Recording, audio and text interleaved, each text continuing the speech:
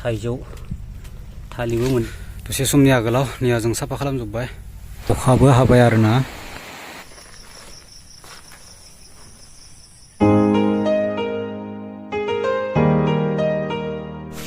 तामान हाग्रा माथो गयबारिनिया साफा खालामजोबगोन जों दिनै hello everyone welcome to back my another new blog स' लोगोफोर नोंथांमोनखौ आंनि बे गुबुन मोनसे भिडिअ फिन खनसेबाव बरायहरनाय थाबावबाय जों दायो नै गय बागान साफा खालामनो फैदों बेखौनो नोंथांमोननो शेयार खालामनो होननानै लाबाय आरो लोगोसे जाय बिथांमोना आंनि चेनेलाव गोदानै फैदों माने बिथांमोना आंनि चेनेलखौ साबस्क्राइब खालामनो लागोन आरो लोगोसे शेयारबो खालामनानै होगोन थ' बिदिब्ला जों भिडिअखौ स्टार्ट खालामनोसै निया थालिर दंफां गय निया खोमथा जाबोगासिनो हाग्रा बुंफबजोबना दङ बैथिंथ' बांद्रायसो दङ निया बैथिं आंजों लोगोसे दङ नै लोगो सानै सान्दुंआबो गोसा दुंदों आरोना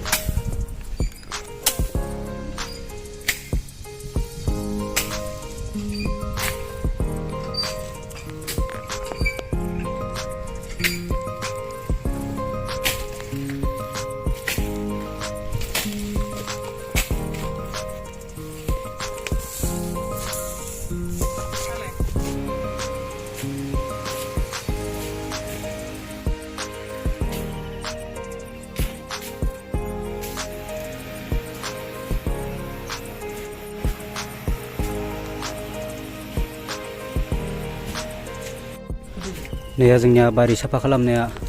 थाइजौ थालिबो मोनदो निया प्राय साफा जाफ्रामबाय आरो दंबावो नैबे साइथिं दङ निया बिनि उनाव माबायदि थाइजौआ गोथाव गोदै थाइजौआ गोदै दा जों जागोन जमानो साथामदो लोगो जानानै निया देन्जार सानसेखे संख्रि नांलाया नामा संख्रि लानांगोन नानिखौ ओरैनो जास्ट नैबे जास्ट टेस्टिं आं जाथ'वा दा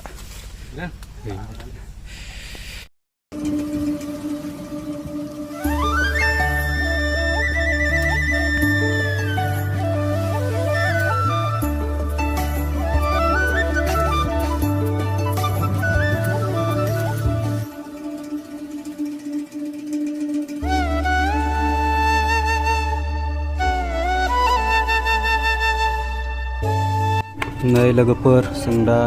खामानि मावखांना जोबोद मेंबाय आरोना मेंनानै थाइजौखौ एसे खाजि जानोसै नैबे जाबाय नै संख्रै बानलु ओमफ्राय नै एम्फौ जानाय साइडआव एसे दंमोन मोजां आरोना खाजि जानोसै जों दा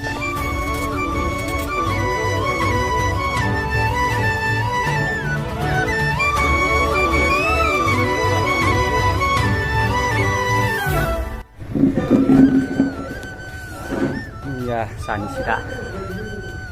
थाइजौ खाजि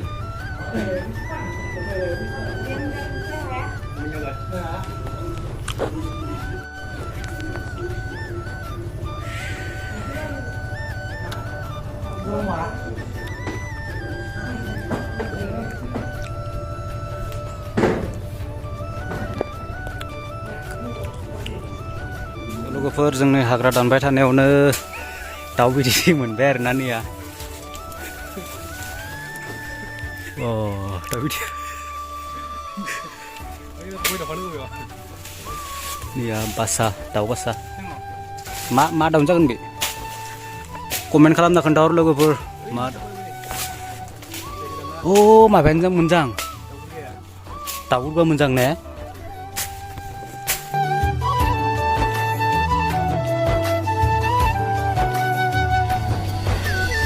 नाय लोगोफोर नै जों गासैखौबो साफा खालामजोब्बाय आरोना निया गोबां हाग्रा दंमोन ना दसे समनि आगोलाव निया जों साफा खालामजोब्बाय ओइथि दङ निया सासे मावगासिनो लोगोआ ओमफ्राय नै बैग्रि गय निया थालिरफोरा सब साफा जाजोब्बाय गाइस एसे साफा नुदोंना निया एसे गाहाम नांखांबाय आरोना गयफोराबो माबादि निया मक्थाय जाना दंमोन एसे फ्रि जाबाय जोबोद समायना जाबाय निया गुदियावबो बिथिं दङ नै सिगुन देरजोब्बाय सिगुनफोराबो